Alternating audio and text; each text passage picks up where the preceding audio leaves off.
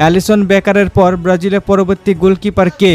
এই প্রশ্ন এখন থেকে ব্রাজিল সমর্থকের মধ্যে আলোচনায় আসছে।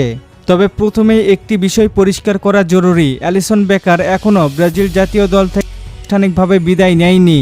2026 বিশ্বকাপের জন্য কার্লো আনচেলত্তির ঘোষিত ব্রাজিল স্কোয়াডেও ছিলেন তিনি এবং 1 নম্বর জার্সি পরে মাঠেই ছিলেন অ্যালিসন বেকার। তবে ভবিষ্যতের কথা চিন্তা করলে অ্যালিসনের পর ব্রাজিলের গোলপোস্টের দায়িত্ব কে নেবেন? বর্তমানে সেটি অবশ্যই বড় একটি প্রশ্ন, কারণ দীর্ঘদিন ধরে ব্রাজিলের গোলপোস্টে অসাধারণ পারফরমেন্স করে আসছেন অ্যালিসন বেকার। তার জায়গায় পূরণ করা কোনোভাবেই সহজ হয় না ব্রাজিলের।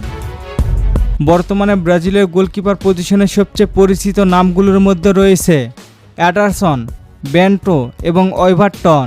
2026 বিশ্বকাপের স্কোয়াডে অ্যালিসনের সঙ্গে অ্যাডারসন ও ওইভারটনও ছিলেন। অ্যাডারসনের সবচেয়ে বড় শক্তি তার দীর্ঘ আন্তর্জাতিক অভিজ্ঞতা এবং বল পায়ে খেলার দক্ষতা।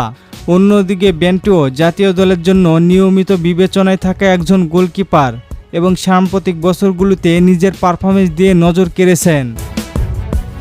অতীতের বিভিন্ন ব্রাজিল স্কোয়াডে অ্যালিসনের পাশাপাশি বেন্টো ও অন্যান্য গোলকিপারদের দেখা যেতে পারে। তবে এখানে সবচেয়ে গুরুত্বপূর্ণ বিষয় হলো অ্যালিসনের পর কে ব্রাজিলের 1 নম্বর গোলকিপার হবেন সেটা পারফরম্যান্সের উপর ভিত্তি করে জানতে পারবো আমরা।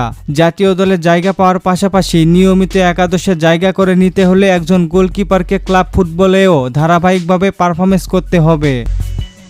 কার্লো আনচেলত্তির অধীনে ব্রাজিলের গোলকিপার পজিশনে প্রতিযোগিতা তাই আরও আকর্ষণীয় হতে পারে।